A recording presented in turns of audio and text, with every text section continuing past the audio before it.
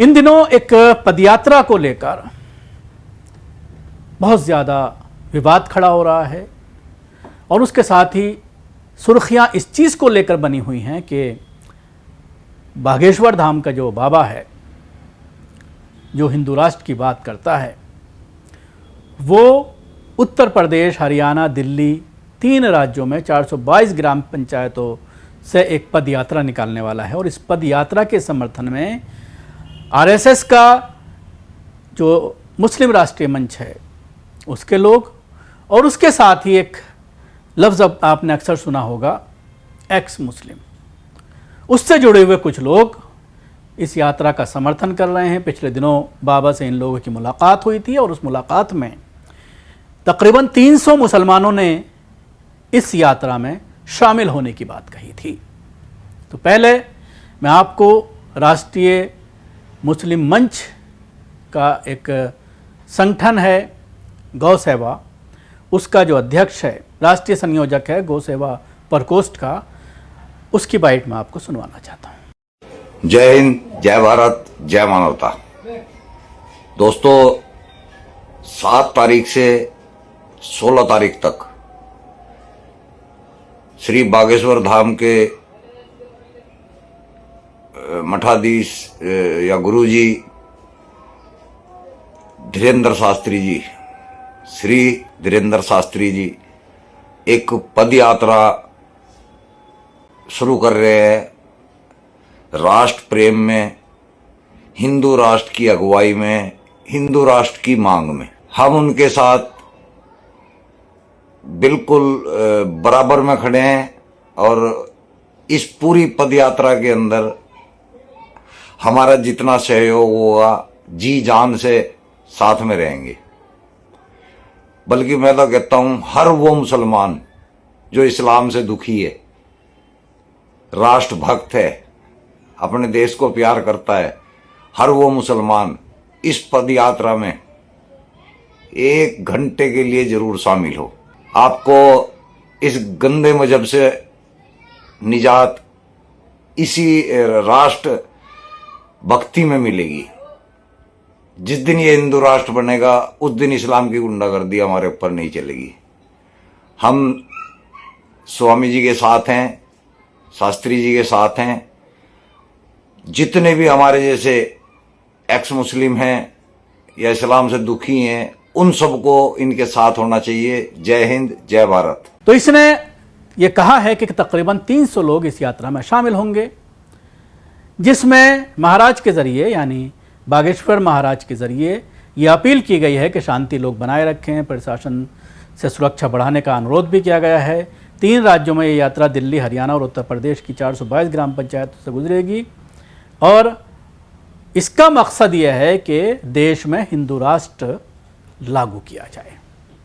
मुस्लिम समाज के लोगों का कहना है कि सनातन हिंदू एकता पद यात्रा के माध्यम से लोगों को जोड़ने का काम किया जा रहा है, इसलिए हम यात्रा में शामिल होंगे। अब आप इससे अंदाज़ा लगा सकते हैं कि कितनी अक्ल है इन लोगों को, जो देश को हिंदू राष्ट्र बनाने की बात करता है।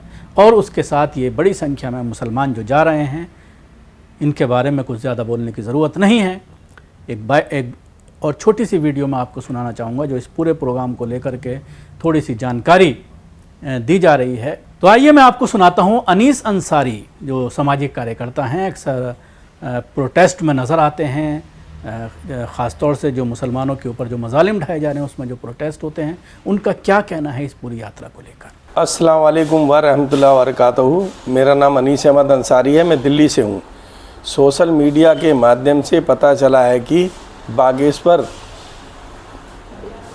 धाम के बाबा धीरेन्द्र शास्त्री जी दिल्ली से यूपी की धर्म नगरी के लिए एक पैदल पद यात्रा निकाल रहे हैं, जिसमें कुछ लोग अपनी पोस्टों को डाल रहे हैं फेसबुक पे और सोशल मीडिया पे उनके सहयोगी बन के चलने की तमन्ना रखते हुए उनके साथ इस यात्रा में भाग लेंगे।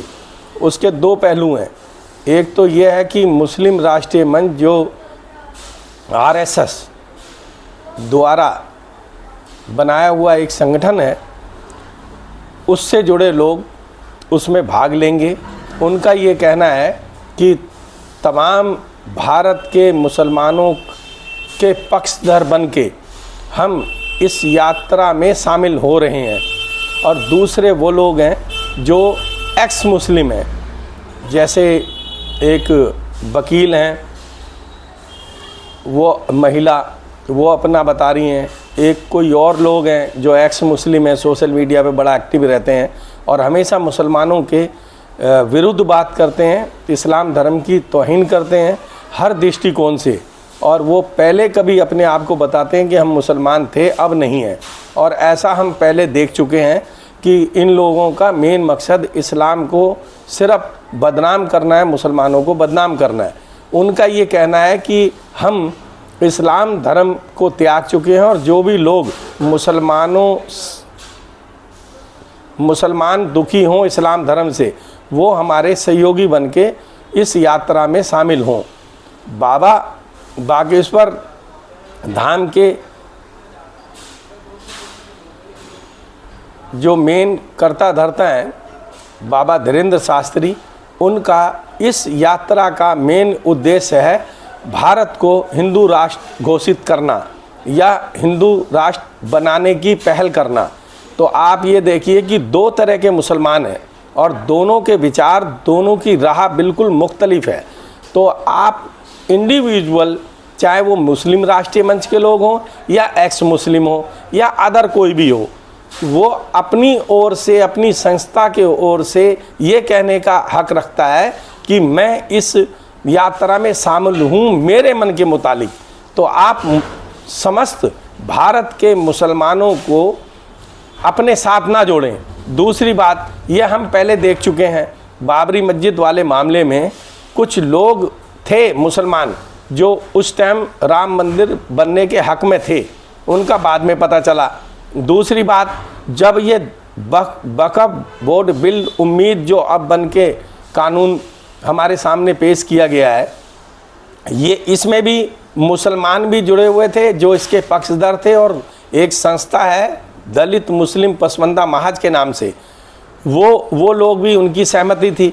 तो आप इंडिविजुअल या किसी भी संस्था के माध्यम से आप अपने आप को किसी भी रूप में किसी से जोड़ें, हमें कोई इतराज़ नहीं है।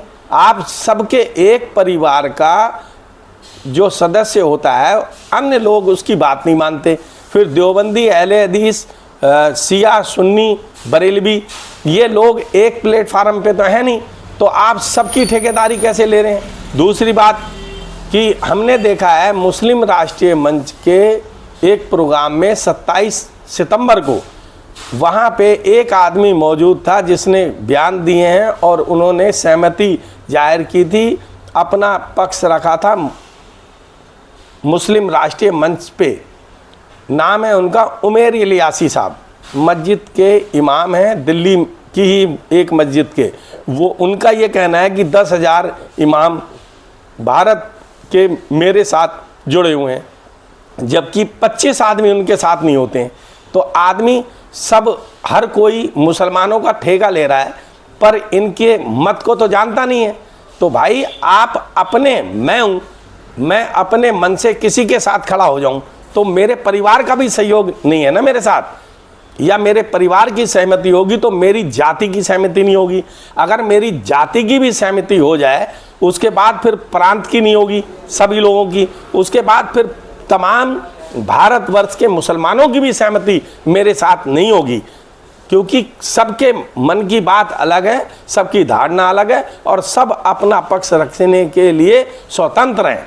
तो आप ये जो मुस्लिम राष्ट्रीय मंच से जुड़े हुए मुसलमान हैं, वो ये कहें कि हमारे संगठन और हमारा ये मन है कि हम इस यात्रा में शामिल हो रहे हैं, और एक्स मुस्लिम भी ये कहें कि हम इस यात्रा में शामिल हो रहे हैं। जो धीरेंद्र शास्त्री बाबा यात्रा निकाल रहे हैं भारत को हिंदू राष्ट्र घोषित करने के लिए या बनाने के लिए।